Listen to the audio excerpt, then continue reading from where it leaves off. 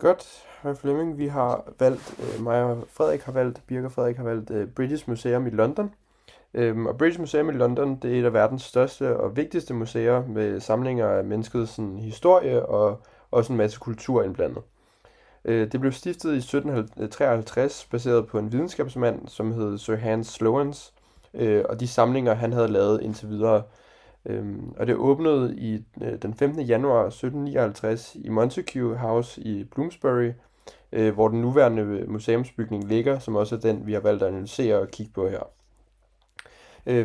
For eksempel så har den også haft udstillinger omkring Parthenon-friserne fra Akropolis i Athen, som også bliver kaldt Elsin-friserne, som også leder tilbage til den antikke historie. Frederik? Lidt nærmere ind på bygningen, som er bygget i den nyklassicistiske tid. Den er bygget i 1753, som Birk han også sagde, og er tydeligt inspireret af det antikke, både Grækenland og Romerriget. Så først og fremmest så kan man se, at selve bygningen er perfekt symmetrisk, som man også arbejdede meget med dengang. Så har vi også 44 joniske søjler, som man kan se på de her små spiraler ude i toppen af søjlerne. Det er i hvert fald lidt af kendetegnende. Og de bevæger sig rundt om bygningen, og bygningens hovedfacade, den skaber ligesom sådan et illusion af et peristyl. Altså peri, det her med, at søjlerne omringer bygningen fuldstændig. Så har vi også en dipteral ordning på bygningen, i form af, at der er et dobbeltlag af søjler i fronten, som ligesom skaber dybde i bygningen. Og det var også noget, man brugte meget dengang til at vise sådan noget med magtforhold, at det var rigtig dyrt at bygge søjlerne engang, så det er også et træk fra antikken. Og over de joniske søjler, så er der en tyk arkitrav, hvor over den, så har vi en tyk frise, som ovenover igen har et flot sæt af de her tandsnit, de her takker over arkitraven.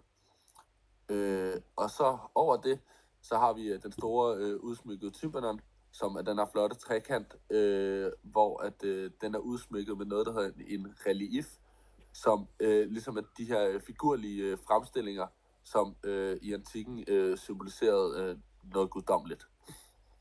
Og så har vi valgt at sammenligne det med en bygning, og der har vi valgt, som vi har haft om i undervisning, og der har vi valgt at sammenligne det med Pantheon, som ligger i Rom i Italien. Og der har de nogle fællestræk, at de begge to er steder, som er historiske og har stor kulturel og arkitektonisk betydning. Og så ud over det, så har de også begge to en kuppel. Det har British Museum også, med oculus, som ligesom er det her hul, som vi er i kublen, sådan så det ikke bryder sammen, som vi også har haft ham i undervisningen. Og så vil jeg også sige, at nu har vi ikke lige et billede af det, men loftet i British Museum, altså der er jo det her kassetteloft i Pantheon, og jeg vil mene, at kassetteloftet i British Museum, det kan være sådan en lidt moderne nyfortolkning af det her ældre kassetteloft, som vi ser fra antikken, fordi det er lavet af glas i British Museum. Ja, så det er det. Tak.